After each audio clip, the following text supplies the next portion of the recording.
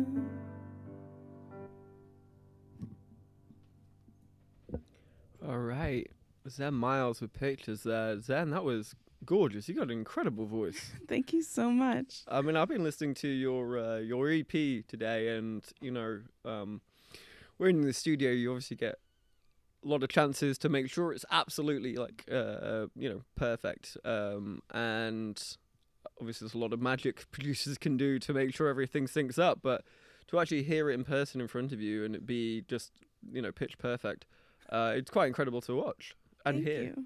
Thank you so much. Do you want to tell us a little bit about that song itself? It sounds very personal. It sounds quite introspective. Yeah, it's very personal. It's the most vulnerable song on the EP.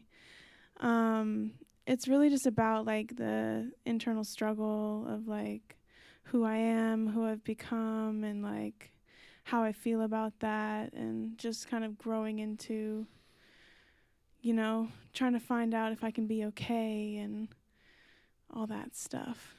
Yeah. Have you played that song very often in front of an audience? About 3 times now. This is the 3rd time. Okay. Well, we're very honoured to have something so new. Has any members of the audience ever come up afterwards and said how much it resonates with them, or have you got any connections with people that have kind of listened and gone, oh yeah, this is how I felt in the last 5, 10, 15 years? I actually have not. It's my favorite song. I don't know if I've told you that, Xen, You but haven't. as the front row audience member, that song hits me the hardest probably of all your music. Yeah, I really like it. But I've never asked you what it was about. I didn't really know what it was about. I just know how it makes me feel. Well, that kind of begs the question, Jack. How does it make you feel? Well, the album, if people couldn't tell, the album's a lot about, it's partly a breakup album, in my opinion, from how I view it, or a relationship, in and out of relationship album. And I always heard this song as like kind of nostalgia, reminiscing, looking back, potentially on a relationship. But that was just my interpretation of it. It sounds like that's not actually what it was about. Nope, it's just me, myself, and I. It's kind of the beauty of music, though. I mean, why it resonates for you is then very different to why it might resonate for Jack, and why it might resonate very differently for me. So I guess that's kind of the magic of putting something out there like that. You've performed quite a lot in front of many people. I mean, in musical journey, you started pretty young, performing at sports games. Is that right? Yeah, I was singing the national anthem for like baseball, basketball, soccer. Does that feel weird to you now? Or did it feel weird to you then, or were you like, no, that's normal, sing the national anthem, that's just what you do as a singer sometimes? It was always kind of weird, but it was kind of my chance at the time. It was kind of like my way in to like doing all of this. So I wouldn't change it. It was like my first time ever singing in front of a big audience was like my whole school, which was like 500 people. And like I was in 2nd grade, and my teacher like trained me to be able to sing in front of people. She started off by like turning her chair around so that her back was to me, and so I'd sing to her back. And then she would slowly start to turn her chair around like every time, and then we did it, and then that kind of just started the whole national anthem journey. Did you get everyone to turn their back at the first game? No. I wish, but no. So the song you just sang, Pictures, it is very vulnerable, but you started off singing, what's probably the most well-known song in America, if not potentially the world. What was it like when you kind of brought yourself out of that and started singing some of your own songs that kind of came with this vulnerability? What was that first experience like for you? I first started writing songs about horses because I really loved horses. So like I wrote this like really heart-wrenching song about a horse that had passed away, and like I was sitting at my like piano, self-taught, just kind of messing around, and I think I actually ripped off like Titanic. I think I ripped off My Heart Will Go On, but whatever. Yeah, I mean, we went into a little recording studio and we recorded it, and it was like, I don't know how old I was, but I was very young.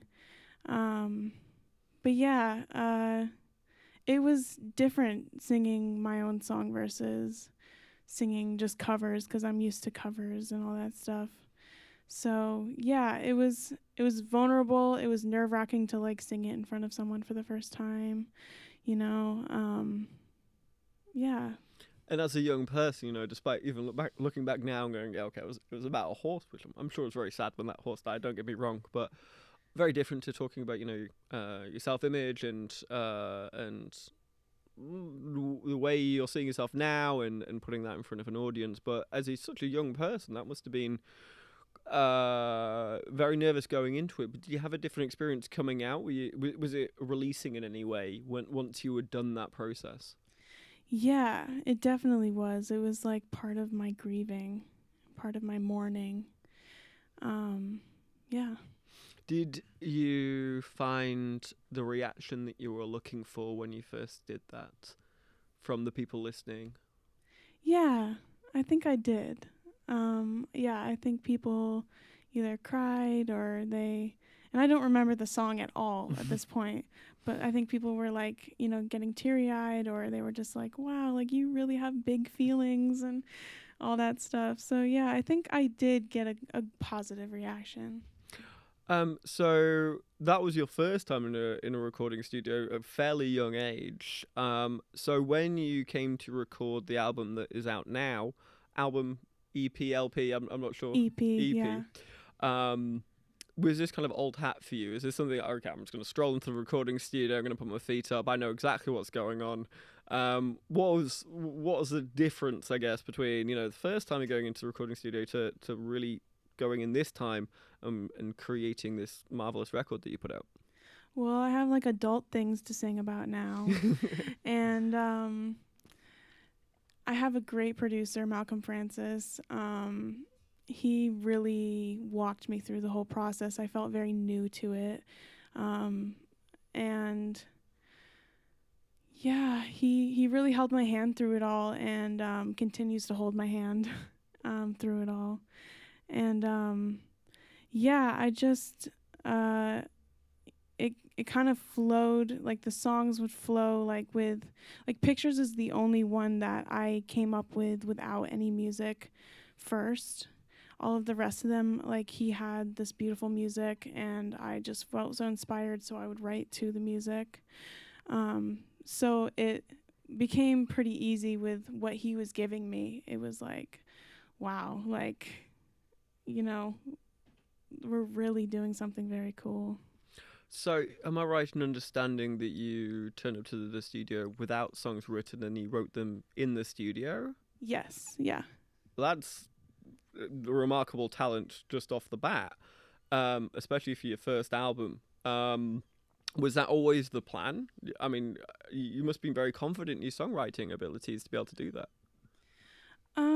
Yeah, it was kind of always the plan. He first heard one of my originals, and that's kind of how I got in the door. We didn't end up putting that original on this EP, but it'll probably be on the next one. But I felt pretty confident in that song, and it, caught his attention. So that went well for me. But yeah. You all put a lot of hours in that studio, right? Yeah, we started in October of 21, and then there was a couple months in the winter where I struggled with like mental health and like physical health and all that stuff. So we took kind of a break, but he was very understanding about it and very patient. And then we continued, and we were finished by August. And yeah, it was a lot of work, but it was fun work. It's the work that I'd like to do. So take me through how the process of writing a song in these conditions, because obviously you had 10 or so months to do it. Was it a case of turning up and he'd show you these the melodies and whatnot, and you'd have the time to go away and kind of write something about it, or was it times where you kind of came in, he gave you something, and then boom, you just wrote it on the day and recorded it on the day? I had time to take it home and have some homework. Yeah, I was able to take it home and like workshop it, and then I'd send him voice memos and see what he liked, and then we'd go in and record. I'd go in like once a week, and we would just try to make it a habit, and we'd work on stuff.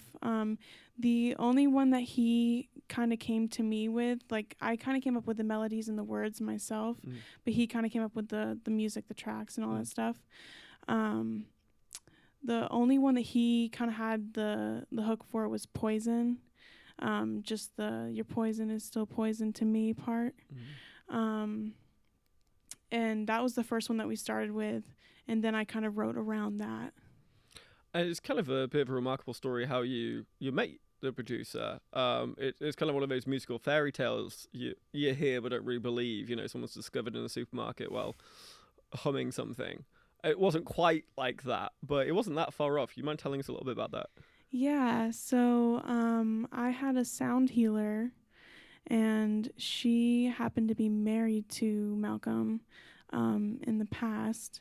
And she ended up going to one of my gigs, my first gig actually, at Vermont Pub and Brewery. And she just really loved what I was doing. And so she wanted to reach out to him and see what he would think. And they connected about it. And then it took some time, a couple years passed. And then I sent her my one of my original songs because I was like, oh, she would really love this. And she sent it to him, and then he contacted me, and then we were on the phone that afternoon, and then it wasn't long until we did a little listening party, and we've been like brother and sibling ever since. It's remarkable. Not something you hear every day, like having so much time in the studio, being able to really produce something with someone with such caliber. And then obviously, having listened to the album itself, obviously very, very well produced, very well put together, very professionally done. And for someone's first album, I mean, that's almost unheard of. Most people are doing it in their bedrooms, Yeah, I'm very, very lucky. Well, we're lucky to be able to hear you. We'd love to hear another song. So what have you got? Yeah, this one is going to be called Save Me Pretty Baby.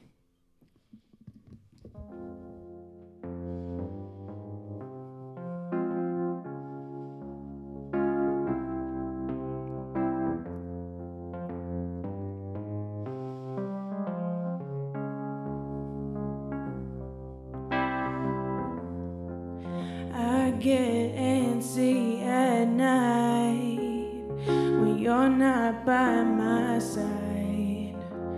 It just don't feel right. Don't wanna seem too uptight. It's just that you are everything to me, baby. What do I gotta do to make you see that it's you and me? Oh, me. And I want you to know that I won't let you go. And I want you to save me, pretty baby, pretty baby. And I want you to know that I won't let you go. And I want you to save me, pretty baby, pretty baby. Oh,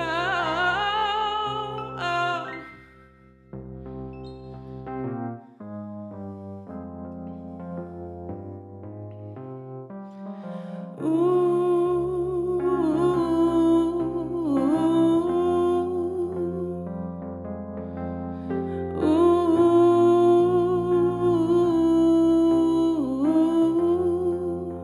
I wish I could read your mind, know what you got going on inside.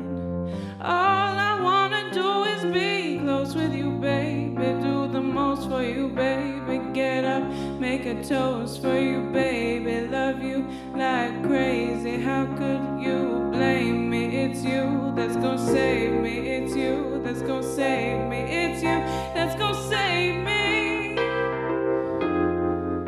And I want you to know that I won't let you go. And I want you to save me, pretty baby, pretty baby. And I want you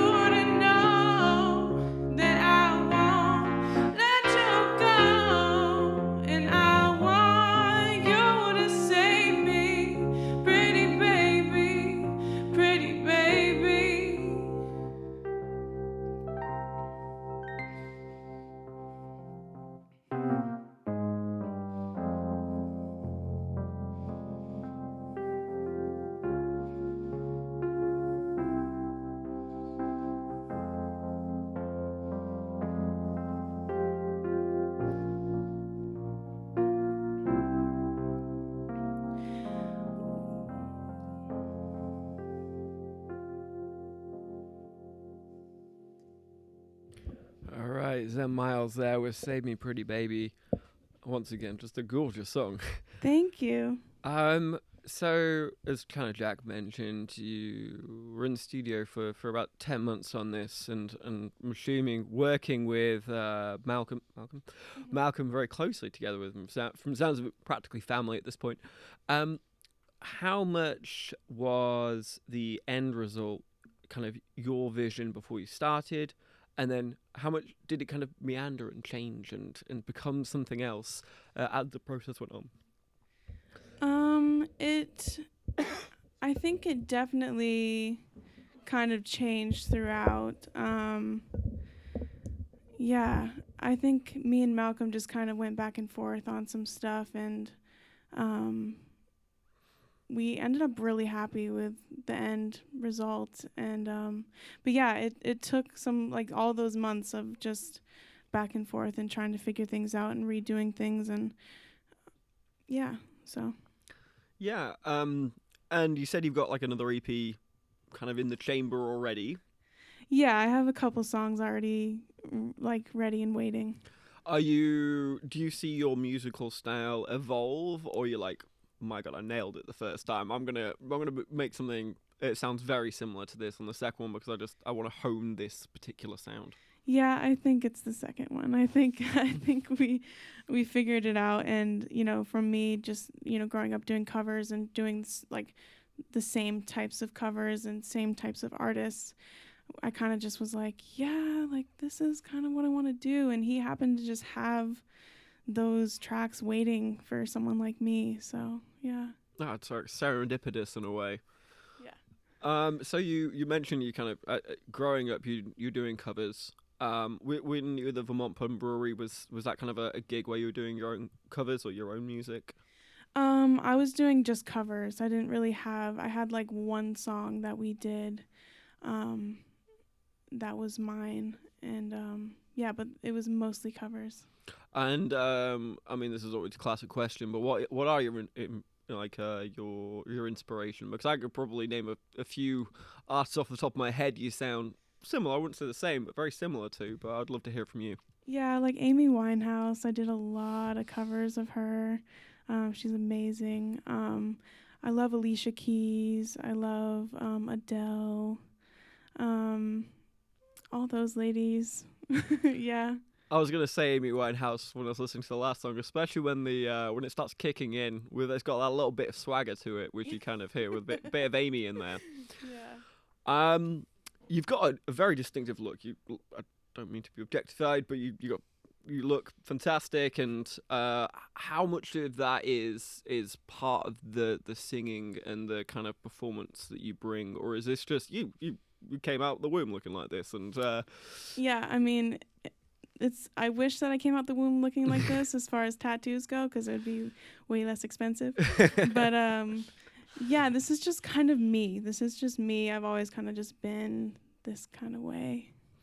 Do you feel like your appearance plays into your music, or your music plays into your appearance, or is it two separate things, or is it so intertwined that it's completely you can't separate the two? I think it's separate. I mean, I don't know. I think people expect me to be a genre that I'm not, or I just judge a book by the cover type of vibes. Yeah, I don't think people expect me to sound the way that I do with just how I look, especially if I'm in a very masculine type of way. People don't expect me to sound the way that I do. So I guess you obviously kind of could look punk, and be a bit heavy. I guess I knew a bit different having listened to you before I came in. So, but I could see where people might get that, might get confused before you open your mouth. But I'm sure everyone's been very pleasantly surprised. I would love to know a little bit about how you met Jack, because Jack and I go way back. I didn't know he'd been involved in a band. I know he does. He has his jazz night at Delhi. So Jack, how did you get started with Xen? How did this come together? Yeah, I think Marshall Dominguez, who I just saw on your reel of fisheye photos from past shows. I saw him at least once. Yes. Scroll through there. Yeah, great local guitar player and singer, plays in a bunch of groups. I had recently connected with him and musically, and we were starting to collaborate a little bit musically. And I think he was the one who invited me in to play with Xen and some other folks. So he brought me in. It was kind of like an audition or a tryout. I came in and... Did you know it at the time, or was it like a surprise audition? No. I always viewed it that way. Like, I think it was framed that way, and of like, let's see how it feels. And, you know, we're putting this group together with this singer, Xen Miles, and want to see if you might be a fit for keyboard. So I came in, and it was Marshall and Xen, and they, you know, he had some kind of handwritten charts, and we just kind of played through some of the tunes, ended up jamming and playing some covers.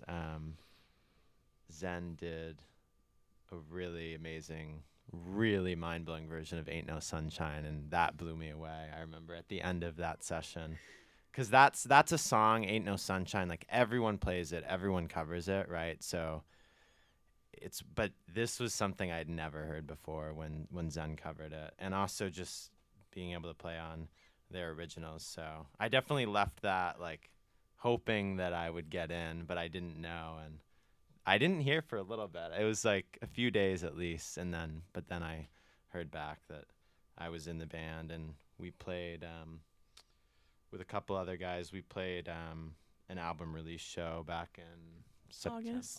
Yeah. So super fun, and then we've kind of been playing just the two of us a lot since then, including just busking on Church Street, a lot of rehearsals.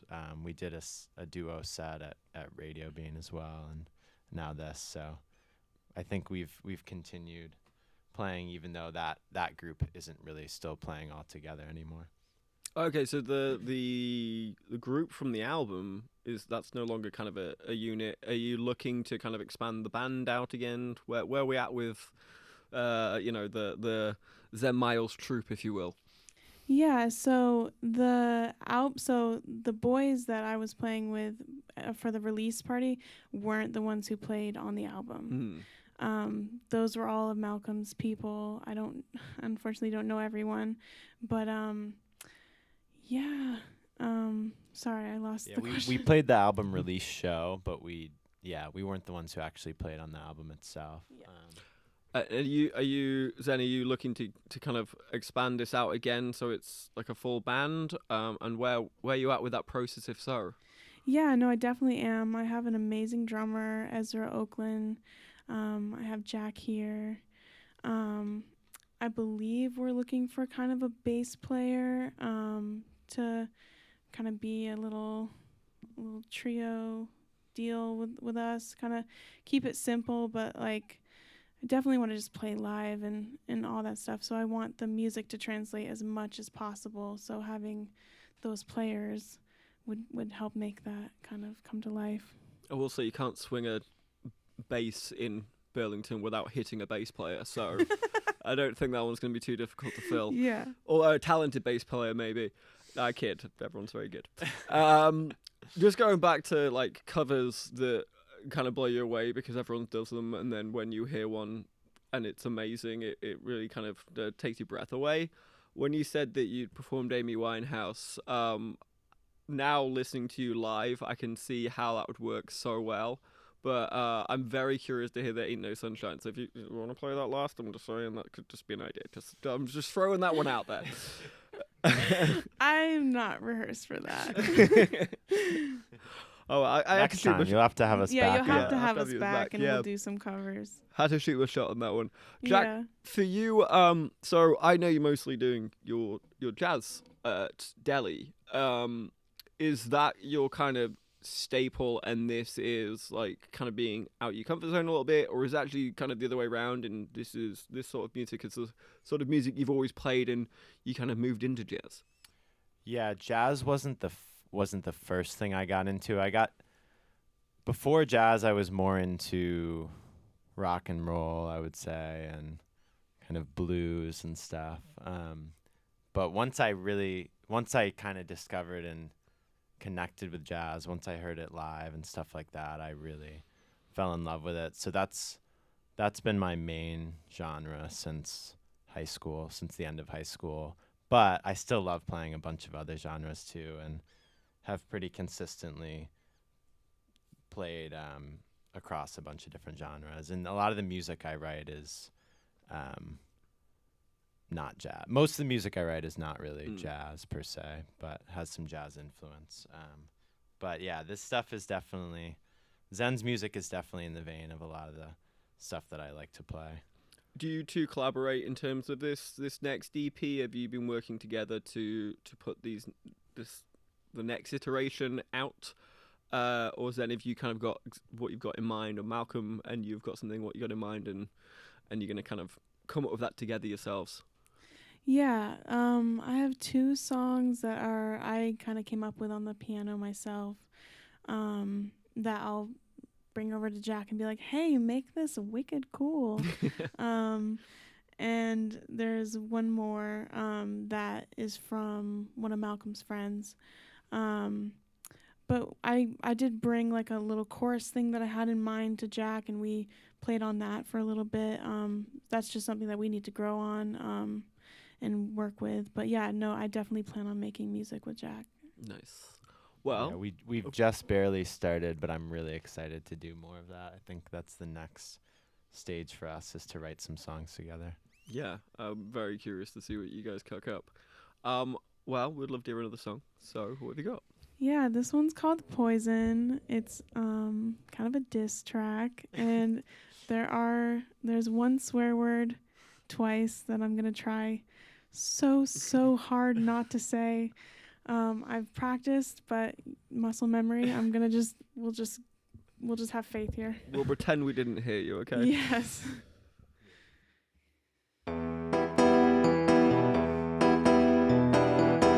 Now don't come around like it ain't it. I gave you my time, but you played with it. I bet you thought I'd be crying, maybe throw a fit, but instead I got wise before you made me sick. Poison, it's still poison to me.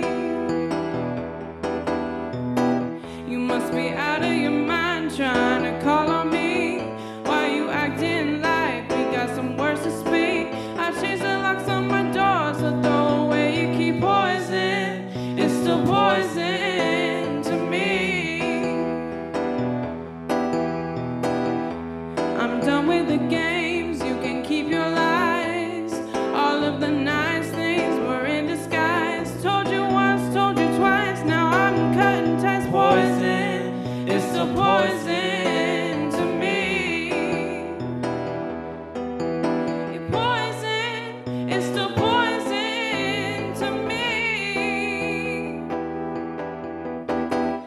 Go ahead, make a bad guy out of me. Gave you the blueprints, but you couldn't see how you got it twisted. Now we'll never be. Poison, it's still poison to me.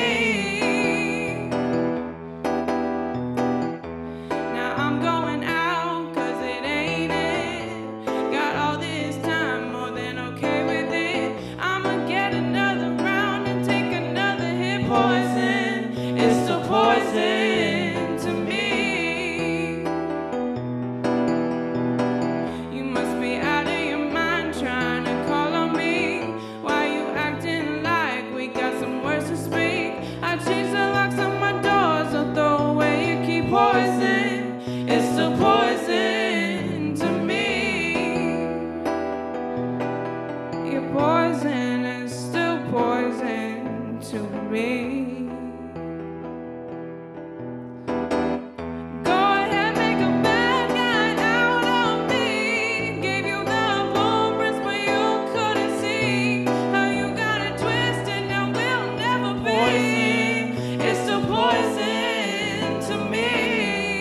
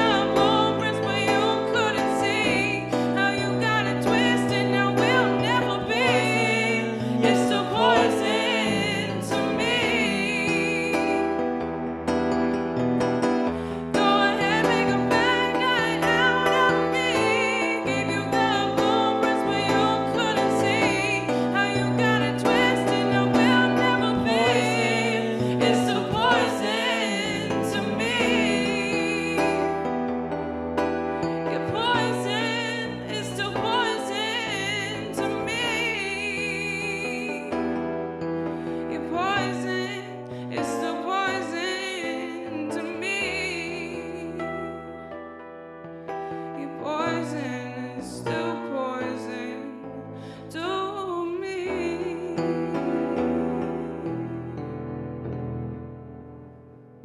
All right, Xen Miles there with Poison. I didn't hear one single swear word, so I nailed that. No, I'm just kidding. congrats for keeping us on the air. So Zen, I hope you don't mind me saying, but you identify as non-binary. And I was wondering, Vermont, or at least Burlington, seen as very progressive, quote unquote. Vermont itself is not actually very progressive, as you probably know. So does being non-binary in a musical scene here, does that have any hindrances? Does it have any advantages? Or is it actually something you not really notice? It's not something that's come up too often. People don't really notice it. They just assume that I'm like they just assume that I identify as female just because of the voice that comes out. I don't always like feel safe to like be like, hey, my pronouns are they them, like at a show, like, because I don't know, I don't want to scare people away, but I also do want to be there and be kind of a voice for people that are non-binary and people that are identifying with the they thems and the, just gender neutral life. So you feel kind of a responsibility even to kind of to show up, I guess, to platform non-binary people? Yeah, no, for sure. I definitely feel like I need to represent. Well, you're doing a great job. Thank you. You have also been picked up. You have also been picked up on local music stations, which is really very cool. So yeah, who's been playing your songs? When did you learn they were getting picked up? And sorry, third question on this one: what was it like hearing your music on the radio for the first time, if you've done so? Yeah, so WRUV FM Burlington. I reached out to them and was like, "Hey, here's my music. Like, hope you can listen to it and I hope you enjoy it." And they were like, "Yeah, we enjoy it. We'll put it on air." And so it was a great interaction. And they played it like throughout the summer, and they played Poison, and I believe they played Save Me Pretty Baby. Hearing Poison for the first time, I caught Poison because they told me when they were going to play it for me for that first time, and it was wild. I had my family listening to it, and I was like, record yourselves like reacting to it because I want that. So yeah, it was just surreal. It was really cool, and it was like super soon after the album dropped, so like I feel very, very lucky. Yeah, it must have been a very surreal moment for you. So you weren't kind of like driving at the time, windows down or anything like that? Oh, I was driving. Oh, windows were down. Blasting it outside. Yes. Well, if you drive within 3 blocks of this station and get the right time, you might be able to hear your song on the radio again. Oh, really? That's wicked cool. Yeah, but you'll have to be quite close, unfortunately. Oh, okay. Yeah. So Jack kind of alluded to the fact you've been playing a little bit, radio bean, busking.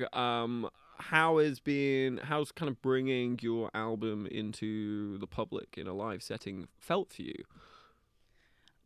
It's felt really cool. I just feel like it's just different from when I was doing covers. It just really is special, and these are songs that I wrote from like personal experiences, and like, yeah, it's just very close to the heart. So yeah, it's been really cool. And what if we got to kind of look forward to in terms of your next live gigs? Where are you playing upcoming? I don't have anything upcoming yet, but I do have a remix album coming up from Love X. That's just wicked cool. And we're really excited about it. It should be dropping, I believe, February 12th, but we should have it at least before Valentine's Day. But yeah, keep that on your radar. It should be on all streaming platforms. That's the cool thing that we have coming up. But we'll definitely be booking more gigs. I don't know where yet, but we'll be doing it. Well, the spring and summer season is coming up, so I'm sure it'll be a hot commodity as soon as we can go outside again without losing our fingers. Yes. tell me a little bit about this remix album before I let you sing your last song. So what's the twist? How's this being remixed? What's the style going to be? I have several different DJs. So I have 7 different DJs on for like the 7 tracks. There's like a hip hop version of Pictures. There's like, I don't even know. There's an EDM like house, not EDM, but there's a little bit of EDM-ishness to another. There's Pictures twice and there's Poison twice. And then there's one of my favorites. Poison was done in like a house remix, and that got played at New Queer's Eve. And that was just so cool to see people dancing to it, and it just like fit so well with like the queer community.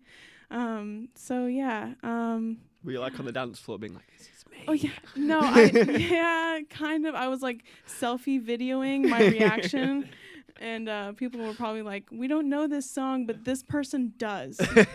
So one person singing along. Yeah, knowing every single word. That's so crazy.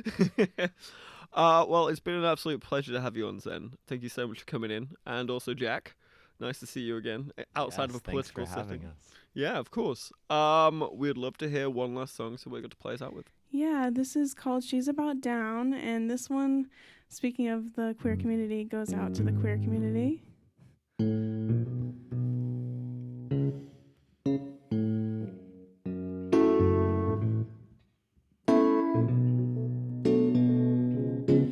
We got the birds with the birds and the bees with the bees, everything in between, I've been wanting you and me, you and me. What can I do to get this happening? Love me down, oh, you know what I'm talking about, yeah. Don't make me beg, I've been waiting on you too long.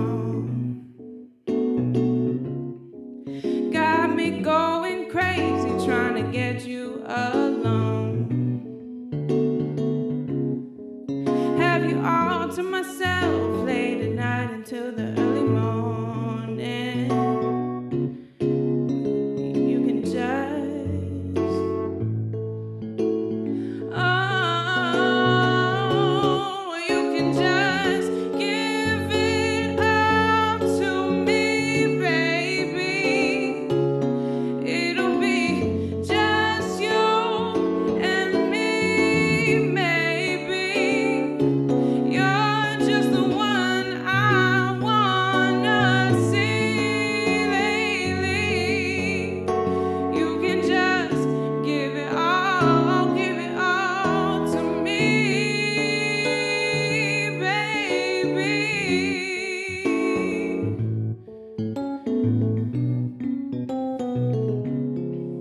You're playing hard to get, but I have my heart set. Attraction so magnetic since the night that we met. Oh, the standard's been set. I could not go for anything less. Take me into the abyss of bliss. Take me out with just one kiss. I weaken with every touch of your lips. I slip and I begged and begged, and it didn't really take long. You thought me crazy, but I finally got you alone. Have you all to myself late at night until the early morning.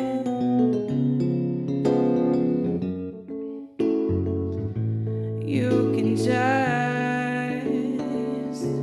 well, you can just give it all to me, baby.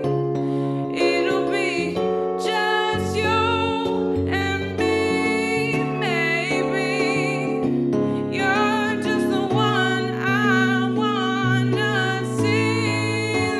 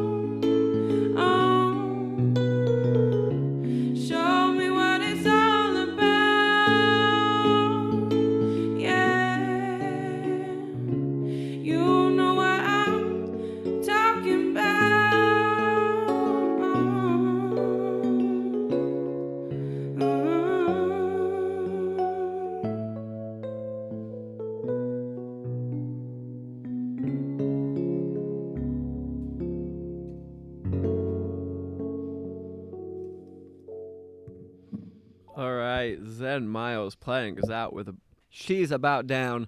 Once again, guys, thank you so much for coming in. Thank you for having Thanks us. for having us. Yeah, please let us know when the next album drops. We'll have you in an instant. Awesome. Yeah. Well, that's all we've got time for tonight. Catch us next week when we're going to have Cricket Blue back in the studio again. I've not seen them in a couple of years. But for tonight, this has been WOMM LP operating out of Burlington, Vermont, 105.9 The Radiator. It's been The Rocket Shop. I've been your host, Tom Proctor, and good night.